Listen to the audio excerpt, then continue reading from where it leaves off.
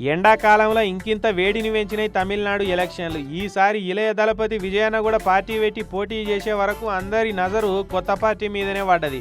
తమిళ comedy actor VTV Ganesh అన్న అయితే నా ఓటు బాజాప్తా విజయ్కే వేసిన ఆయనను సీఎంగా చూడాలని ఆశపడుతున్నాను. మోమాటం లేకుండానే చెప్పుకరాబట్టిండి ఇట్లా. I cast my vote to TVK.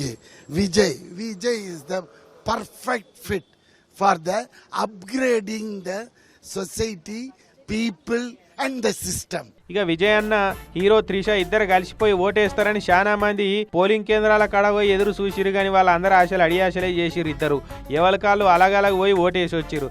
త్రిషనేమో వాళ్ళ అమ్మతోటి పోయి ఓటేస్తే విజయాన్నేమో ఒక్కడే పోయి ఓటేసి వచ్చిండు.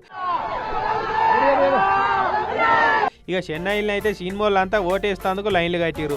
సూపర్ స్టార్ రజనీకాంత్ సార్ ఓటేస్తేందుకు పోతే జనం చూడురు ఎట్లా చుట్టుముట్టిరో. పోలీసు సెక్యూరిటీ నడవల్లే వాళ్ళందరినీ ఛేదించుకుంటా పోయి ఓటేసి వచ్చిండు సారు. అగో సార్ పక్క పొంటున్న పోలీస్ అన్న అయితే ఎవరికి ఓటేసిండో కూడా చూసినట్టున్నాడు పో.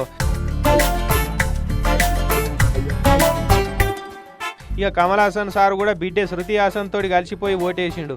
జరిసేపాడ లైన్ తప్పే వరకు ఓటర్లు సారు మీద చిరుబురులాడిర్రు.